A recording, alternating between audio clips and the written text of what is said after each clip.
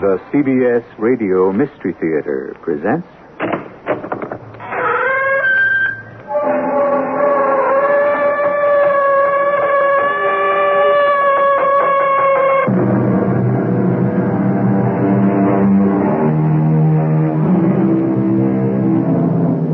Come in.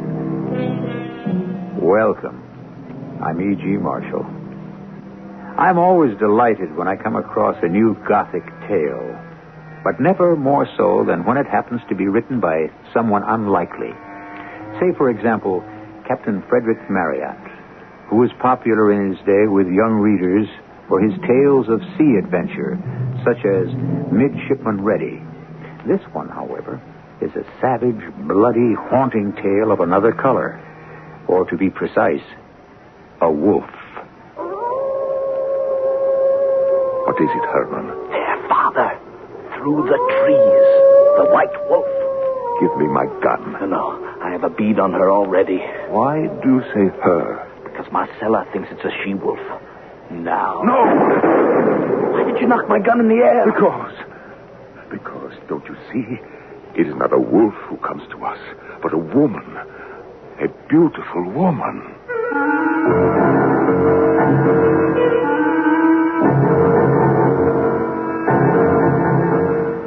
Our mystery drama, The White Wolf, was written especially for the Mystery Theater by Ian Martin and stars Norman Rose and Christopher Tabori. It is sponsored in part by Buick Motor Division and X-Lax. I'll be back shortly with Act One.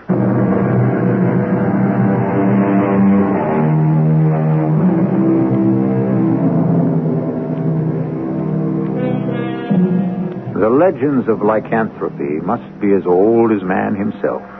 And believe it or not, the werewolf, or wolfman, is still a valid phenomenon today in certain parts of the world. But that is a pathological phenomenon, a psychiatric descent into cannibalism and bestiality, which has little to do with legend. That's what this story is about, the terrible, spine-chilling transformation of man to ravening beast.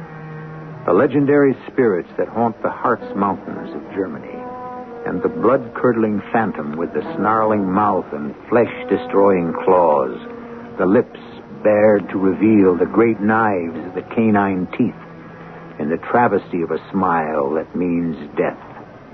The werewolf. That dumped wolf, why doesn't he be quiet? They are incredible, Wilhelm. Somehow they smell blood. How? The animal must be a league away. What are you? Medical doctor or witch doctor, Franz Baum? The first, I hope. But I have also lived my life in the shadow of these mountains. How's the boy? We can let Herman answer that for himself. You feel better from the bleeding? I don't know, Herr Doctor. I feel weak as a kitten still. Of course. But I think the fever has abated, yes. Yes, give me a fresh, damp cloth, Wilhelm. The water is all but gone. I'll have Marcella bring some. First, let us rid ourselves of this basin of blood. No sight for a young girl. I'll throw it in the mitten. No. You dare not do that.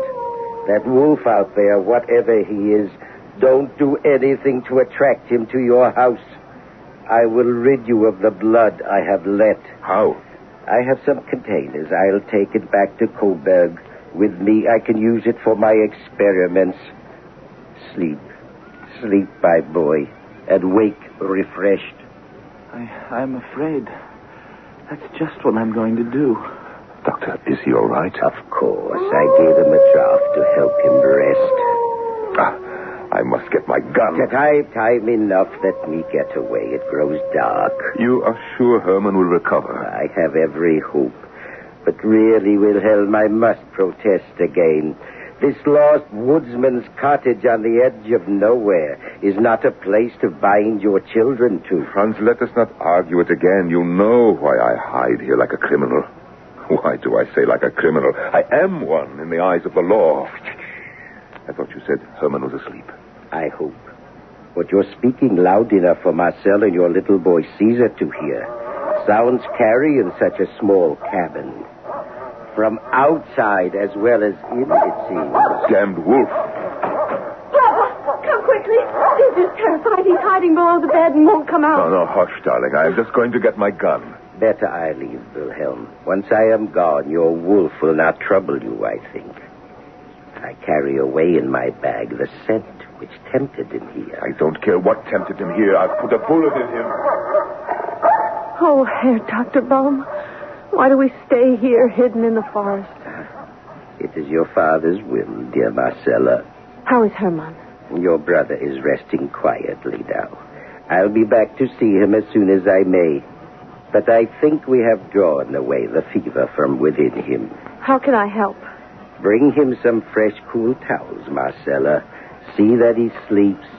Keep him... Oh, I've got to go to Caesar. He'll be scared. Did you kill that terrible wolf, Papa? Ah, no, just grazed him. Go tend to Caesar, Marcella. Yes, Papa. Where was it? Damn near inside the house, scrabbling at a back window. An unusual creature. You know, it was pure white, with fur like ermine. A white wolf? Yeah, against the snow it moved like a ghost. But at all events, it is gone. Yes. Then I will take with me the blood scent that brought it here. But what about Hermann? I shall return within the month, unless I can persuade you to abandon the wilderness, come back to the world. I have a deep fear there is some evil threat about you in these haunted mountains. You mean this white wolf? I really don't know what I mean, old friend. I am a man of science until I return to these tree-shrouded slopes, and then I become... Become what? Primitive, afraid of all I do not know or am afraid to know, afraid of the dark which I must run to escape, afraid of myself because I have no resource with all my learning to stifle primeval fear. These darkening woods and tortured hills are somehow unnatural, supernatural. My name is Hermann, and I was born in the year 1763. I'm now 21 years old, and I live with my father, my sister Marcella, who's almost 20, and my brother Caesar, who is 11, in a woodsman's cabin deep in the Harz Mountains. The nearest house to us is several leagues, and the nearest town over 25. I recite all these facts to myself, light-headed with this raging fever, and sorrowing that we must all live this isolated life. Why? I do not know. There is something quite terrible in my father's background, of which he will not speak. I wonder how long I've been ill, floating half in this world and half, perhaps in some dread other. Now at least the pounding in my head is gone, the ache is washing away from my bones, and I feel myself coming back. Come, Hermann. That's better. Take some more soup. You need to build back your strength. Never fear. I'm on the mend. Thank God for Dr. Baum. Oh, why must we stay buried here? I don't know, little one. But I think the time has come for us to get back among people again. You think you could convince Papa? Well, I can try. Where is Father? Out hunting, he says. But I think he searches for only one thing. What? The white wolf. The what? That wolf meat isn't good to eat. He's not hunting it for food. Just to kill it. But why? Because the stories, the legends about the spirits here in the mountains. You mean the werewolves? That is an old wives' tale. I don't know.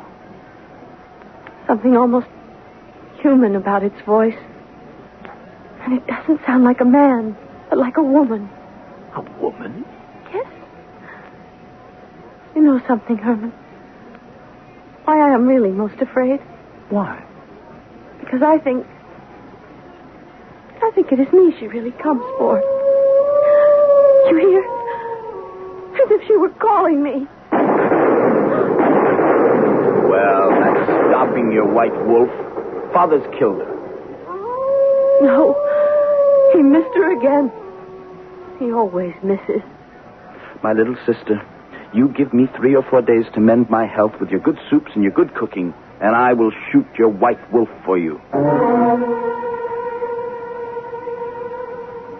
In the days after my sister had told me of the white wolf, my dreams had been haunted by visions of the animal's shape, twisting and coiling into a pillar of steam, which gradually congealed in the cold into the body of a woman, with corded arms like the feet of some prehensile bird and huge talons built to rip and tear. Within the week, I felt myself again, so much myself, that one morning when we heard... Well, this time I resolved that I should go along with my father. It is bitter cold, and the snow makes heavy going, Herman. Are you sure you are up to this? I'm fine now, Father, and I want at least one glimpse of this white wolf of yours. Not mine till I put a bullet through its head. Father, why must we stay buried in this wilderness? Why don't we forget the wolf and this rough life and go back to Coburg? It is not the first time you have asked the question. Nor the last. Very well. You are old enough to know. Let us get out of the wind and under the protection of the trees. And while we build a fire to warm the soup Marcella sent with us, I will tell you the truth at last. I have tried to bury the secret, but you are of age. You have a right to know. You already remember that this is not our home, that we are from Transylvania. I remember the long journey here after our mother died. She did not die, son. She was killed. I killed her. What? In those happier days, I was steward to the Margrave. I was my lord's most trusted servant, successful and happy, and in return he had all my faith and loyalty.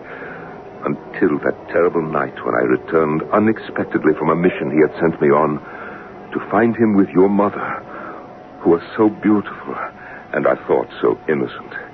My reaction was immediate. Before I knew it, my gun had resounded twice, and both of them were dead. No use to try to tell authorities the provocation. To murder such an eminent man had no justification in their eyes, nor in the laws of that feudal state. I gathered all my money and the 3 of you children and fled to this retreat where we live now. Herman, that is the way of it. Blame me or not as you will. I carry the burden of it on my shoulders, sure that Almighty God will visit me someday with the punishment I have tried so hard to avoid. But what is that? There. Through the trees, just beyond the turn that comes into this clearing. The white wolf. My gun. No. I have a bead on it already. I may have better luck than you, Father. Shh. Don't move. Wait till you see it clear. And make sure. I have her right in my sight. Her? Marcella thinks the wolf is a female. And now... No! Why did you knock the gun in the air? Herman, don't you see? It is not a wolf who comes to us. It is a woman. And a beautiful one at that. How fortunate that young Herman did not kill this lovely woman who had materialized as though out of nowhere. Or would it have been, in hindsight, so terrible a thing? Let's wait for the woman to declare herself first before we judge. I shall be back shortly with Act 2.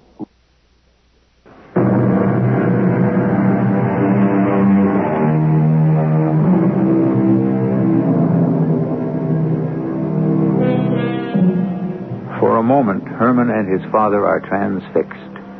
The older man by the dark beauty of the woman, who, even stumbling and reeling from exhaustion, manages to retain an air of grace. The younger man, appalled that, but for his father's hastily flung arm that allowed the carefully aimed gun to discharge harmlessly in the air, he might have ended her life. Then, suddenly coming out of shock, both men rush to her aid. Are you all right, Fräulein? just tired and frozen. Oh, my father? Come to the fire and warm yourself. Where is your father? The horse tumbled, and we were both thrown from it. I landed in the snow. But my father, he must have hit his head on a rock. I couldn't rouse him, and our horse ran away. You stay with my father, and I'll see to yours. I ran quickly into the forest by the path from which she had appeared. Racing through the twists and turns, I seemed to be in some enchanted palace. The snow-laden trees, frozen by the cold, forming a shimmering, otherworldly ceiling over my head. Before I knew it, I was slithering and slipping into a declivity. Lying at the bottom, facing me, was the figure of a man richly dressed in a velvet tunic overlaid with a magnificent cape trimmed in fur. Sir? Oh, I think I must have been stunned a moment. Never mind that. My daughter? Have no fear, sir. She's with my father. Not over 200 yards from here. She found us and sent us to your aid. Oh, thanks be to God. We were both at the end of our tether. Krantz, did you say your name was? Yaman here. Your father could not by any chance be Wilhelm Krantz? Yes, that's his name. Must be fate. Help me to my feet, boy, and onto my horse, then lead me to my daughter and your father. And that is how we discovered and brought Manfred of Barnsdorf and his daughter Christina into our home and into our lives. From the beginning, our father was enchanted with her silvery voice and her ethereal beauty, and of course, by the common heritage that we shared with Manfred. It is fortunate we found you hunting. I was only lured outside in pursuit of a large white wolf, which has been haunting our premises of late. Ah, yes. Our quarters are small, but you are welcome to shelter here for as long as it takes you to recover. You said you come from Transylvania. Even so, mein Herr. I was a chamberlain in the service of the House of Verneigen. Even as I once was to the Margrave of Bitterstein. But why would you leave such a fine position? You may well ask. My master conceived a desire for my daughter, not as legal wife, but simply to use for his pleasure. And it ended up by my giving him a few inches of my hunting knife. Then we are brothers in misfortune, my dear sir. Ah, brother, indeed. And you need not renew your grief by telling me your story, which I know only too well. We are comrades in misfortune. Well, you shall make this your home as long as you desire. Did you hear, Marcella? Yes, brother. It seems our family is to be enlarged. Oh, I pray not. Why? I don't know. I cannot bear to look on that woman. For all her beauty, she frightens me so. Although I was fascinated with Christina, some deep chord in me echoed Marcella's fear. Yet it seemed unreasonable, for Christina was a lovely woman, her features classically molded, her mouth was a dark red, startlingly vivid against the pastel of her other color, and somewhat larger when it was open, revealing the most brilliantly white teeth I have ever beheld. I'll never forget the night I heard my father and Manfred talking together, almost a month after they had come to live with us. If it is Christina's will, of course you may have my daughter's hand in marriage. And I shall leave you now that my head has mended and find habitation elsewhere. Why not remain here, Manfred? No, I am called elsewhere. But I... Let what I say suffice. Ask no more questions. You may have my child. I thank you for her truly and will duly value her. There is, however, one difficulty. I can guess what you would say. There is no priest here in this wild country, nor is there law to bind. Still, there must pass between you some ceremony to satisfy your father. Of course. But what? Will you consent to marry her after my fashion? Yes, I will. Then I shall marry you directly. Christina, Yes, Father? I wish you in here directly. Coming. I will get my children. No need. This is amongst us elders. What is your wish, Father? Less my wish than yours. You wish to marry Wilhelm? If it is his wish, it is my dearest one. Then come. Take hands. What is that? Your wedding march. You have her hand? Yes. Then swear by all the spirits of the Hartz Mountain. I swear, but why not by heaven? Because it is not my humor. If I prefer an oath less binding, will you deny me? Do you want me to swear by what I do not believe? Will you be married, or shall I take my daughter away with me? What will you have me swear? Swear by all the spirits of the Hartz Mountains, by all their power for good and evil, that you take Christina to be your lawful wedded wife, that you will protect her, cherish her, and love her, that your hand shall never be raised against her to harm her. I do solemnly swear. And swear that if you fail in this vow, may all the vengeance of the spirits fall upon you and your children. May their flesh be torn from their limbs and their bones blanch in the wilderness, and that to this oath you pledge their blood. Swear. I swear.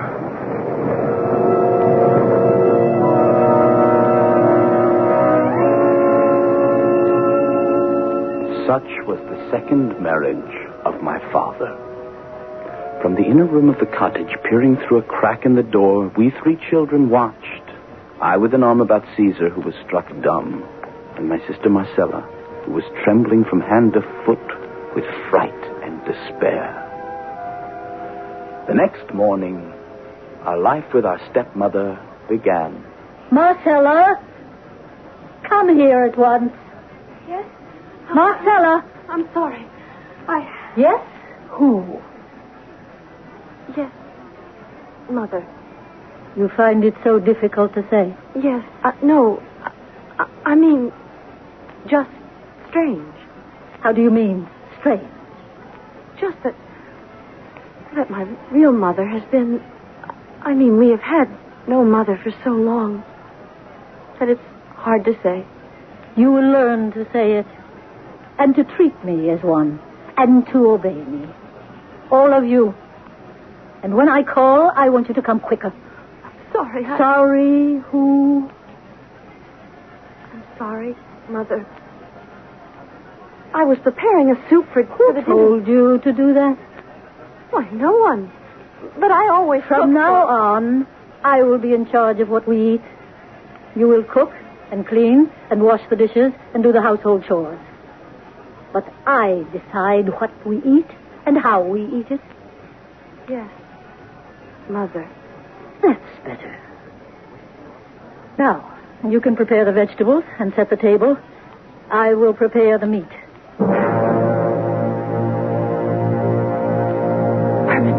Herman, wake up. Well, what is it? Shh, it's her. Who? The stepmother. She's gone out. Gone out? Yes. Gone out the door and in her nightclothes. Are you sure? In this winter weather, not dressed, with snow on the ground? Good Lord. There's a wolf. She'll be torn to pieces. But apparently, she bore a charmed life. For a few minutes later, we watched her return, still in her nightdress. She went to a pail of water, washed her hands and face carefully, and returned to bed. All this, I may say, I watched as in a dream, for my fever was coming back on me. So much so, I had to take to my bed again, and through the days was able to watch how cruel and demanding my stepmother was to Marcella and Caesar, and to learn that every night, the moon now being full, she stole outside in her nightdress to roam. Herman, wake up. Oh, wake up. Yes, I'm awake. I'm awake. Forgive me for bothering you when you were sick, but I'm almost out of my mind. But what is it, dear sister? Her Her again. She's out prowling the night. And it's bitter cold with the snow coming down. It's not human. Listen to that. I'm almost ready to pray the wolves might get her. They'll never get her. It isn't wolves. Only one. I looked out of the window. The moon is full and high. It's that special one. The white wolf. Who fired that shot? Oh, he must have been Caesar. Caesar? Yes. He knew you were sick, and he's been bragging to me how he could take your place and guard us all. Oh, that's why I woke you. Somehow he followed her into the night. Well, at least he seems to have driven off the wolf. Marcella, help me out of bed. No, you have the fever, and I... What's that? It's her. Her dress all bloody. And she's alone. But where? Oh, dear sweet God. Where is our little brother?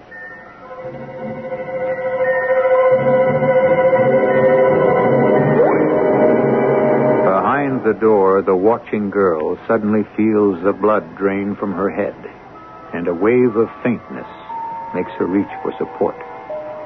In the room outside, the woman turns, moving silently to her bedroom. Her wide mouth open in a caricature of a smile. There is blood on her gleaming teeth. I shall return shortly with Act 3.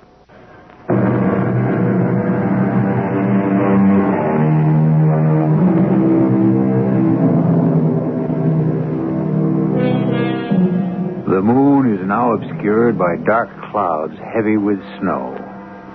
Outside the cabin, the snow is pouring down.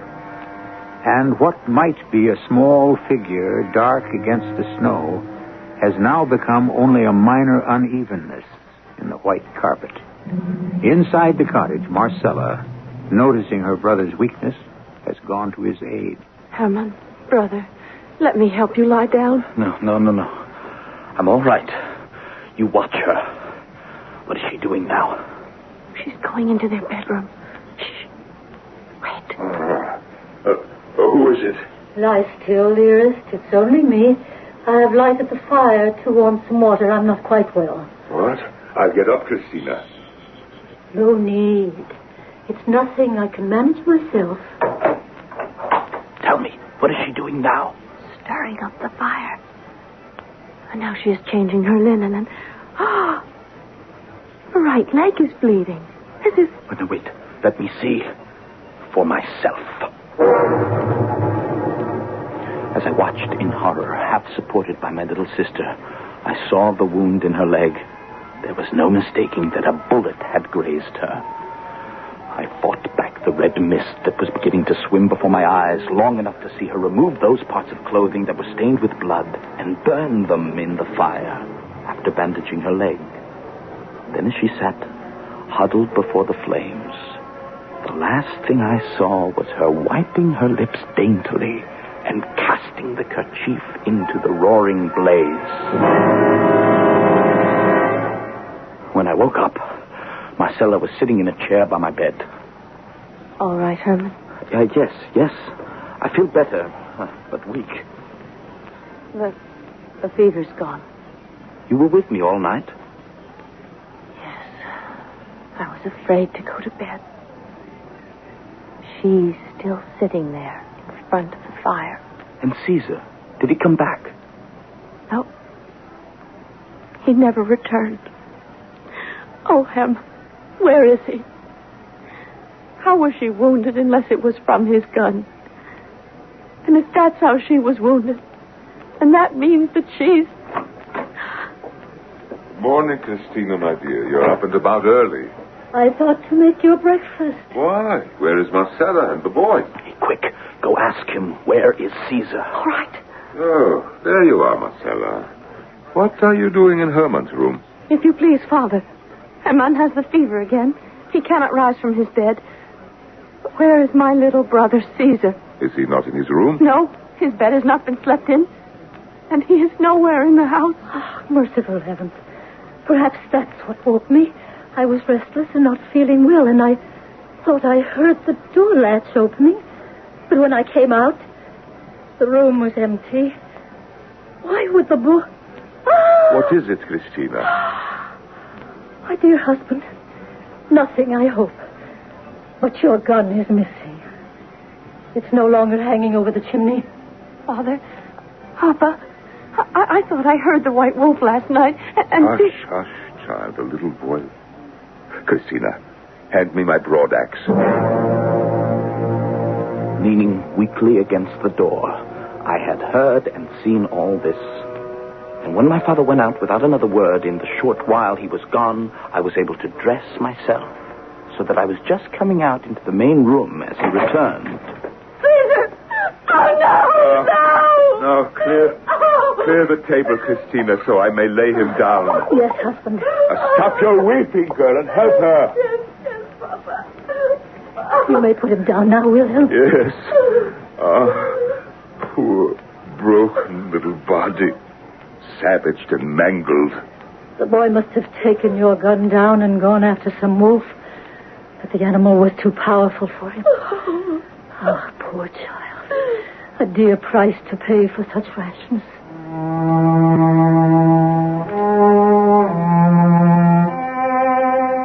For 3 days, while the family mourned, I lay in a stupor. You see, my days and nights were filled with fevered dreams, through which a great white wolf ran snarling, slashing at me with gleaming white fangs. Waking sometimes, I seemed to see my stepmother's face floating above me. And through my twisting, fevered tossings, again and again, with the looming of night beneath my window about the house, I heard the growl of a wolf.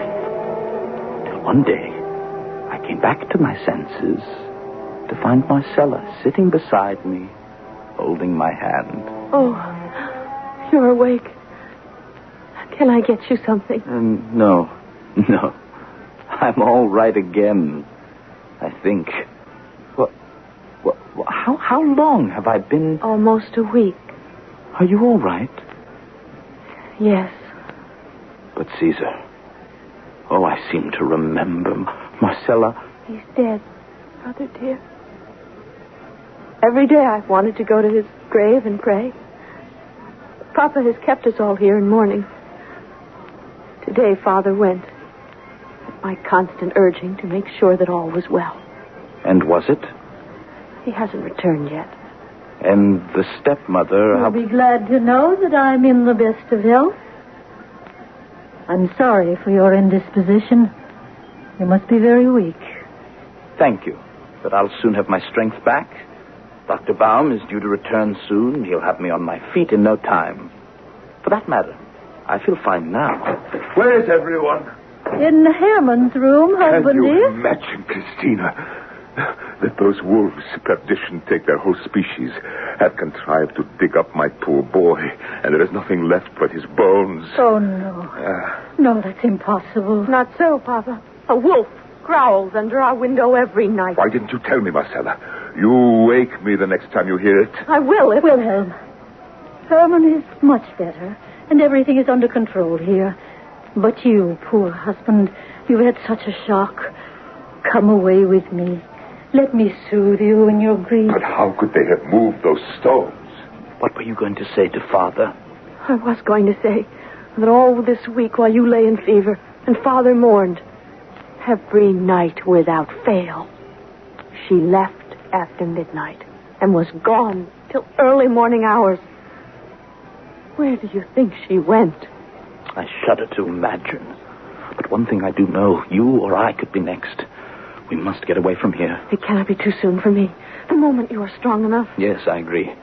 Until then, we must stay together, always. Except when Papa is in the house. You're safe with him. But he could be in danger, too. Well, it's a danger he'll have to face. Perhaps this is his retribution for killing our mother. Remember, I told you. Yes. But first, we must think of you. And then when the time comes, we will do what has to be done. When the time comes, How bitterly I blamed myself for not moving immediately, as I should have.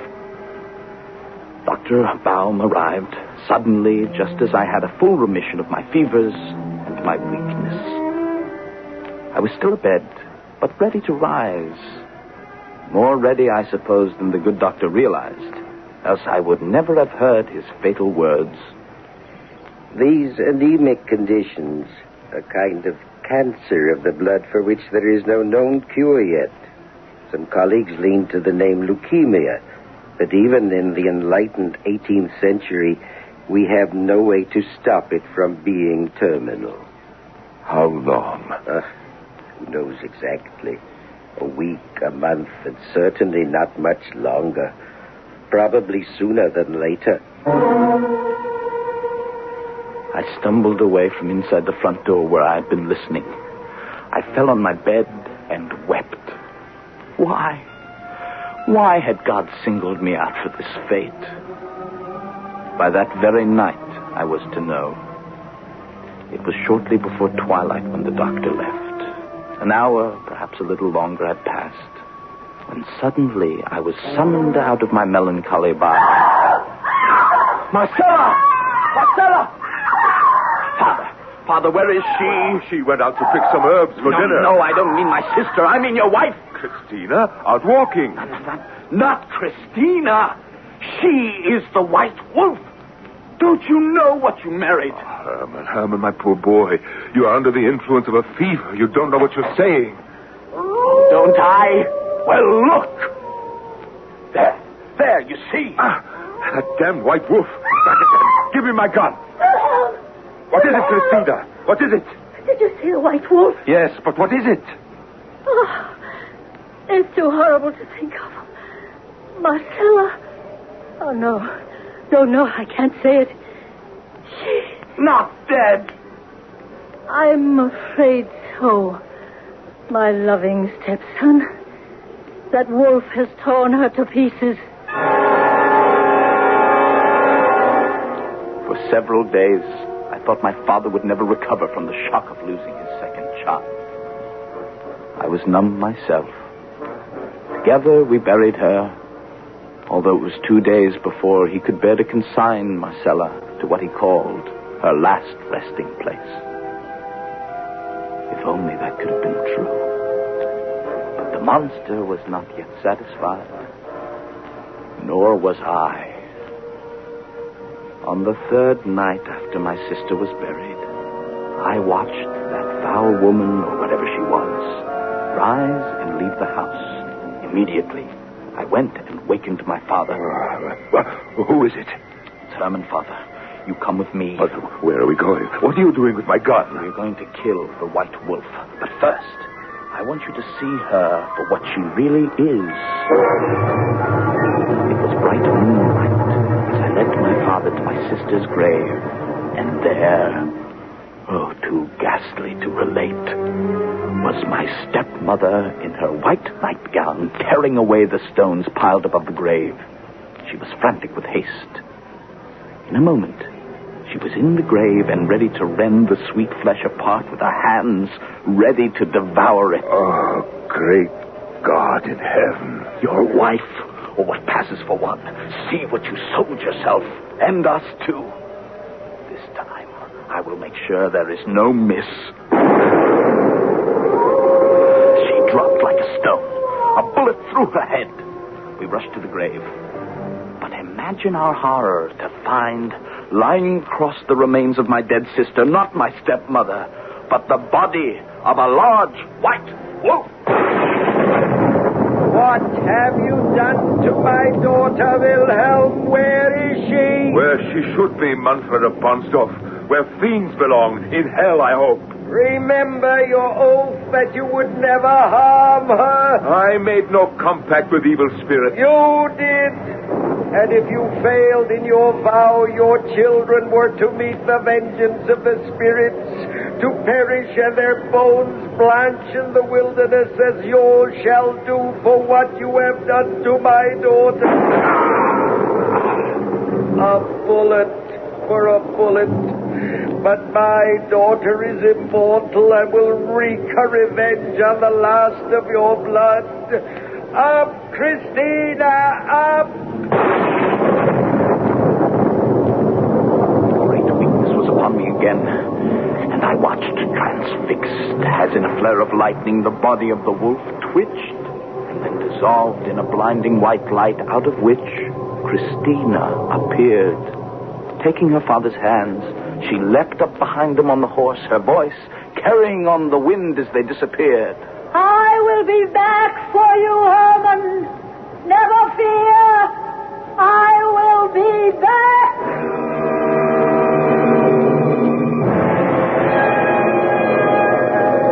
Somehow I brought my father home to die, and somehow I buried him beside my sister and my brother. Then the fever overwhelmed me. I lie now in my bed, weak and helpless, waiting for her to come, the white wolf, the glistening teeth bared, the fangs ready to sink into my throat and slake her insatiable thirst on the blood which first attracted her to this mountain cottage. I wait in eager anticipation. No bullet, no dagger, no mortal means could damage this white wolf. Only the tainted blood which flows through my veins. And so, by an ironic twist of the Almighty, will bring her to the death she so richly deserves. Come, Helion, come. Sink your fangs and drink my blood so that in dying I can send you to burn to hell for all eternity.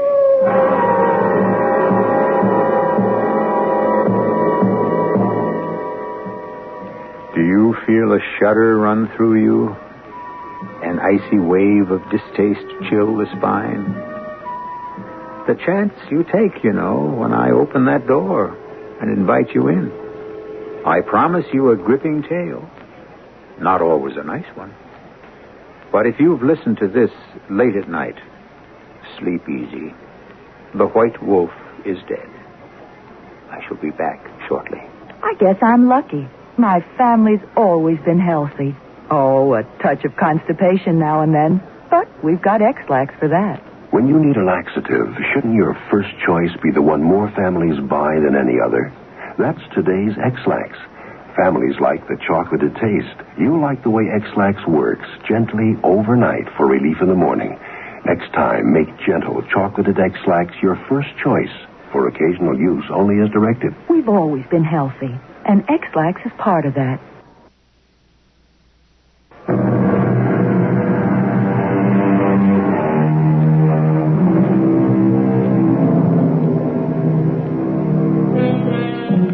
I know there is a move afoot to persuade us that the wolf is a much maligned creature, that he is a loving, a good companion, and never kills except for food and sustenance. I'm sure it may be so, but I'll take it on faith. I don't want to prove it by testing the theory. Personally, every time I hear a wolf howl, which is not often, I'm glad to say, I'm tempted to revert to childhood and hide my head under the nearest blanket. Our cast included Norman Rose, Christopher Tabori, Jada Rowland, Ann Shepard, and Paul Tripp. The entire production was under the direction of Hyman Brown. This is E.G. Marshall inviting you to return to our Mystery Theater for another adventure in the macabre. Until next time, pleasant dreams.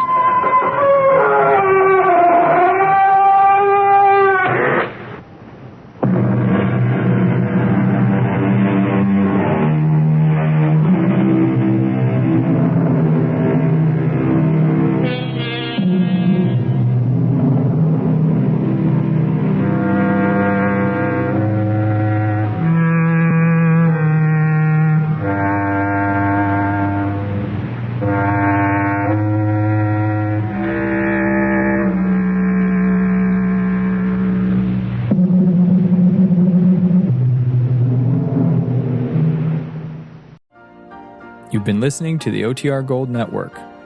Find more classic radio at otrgold.com.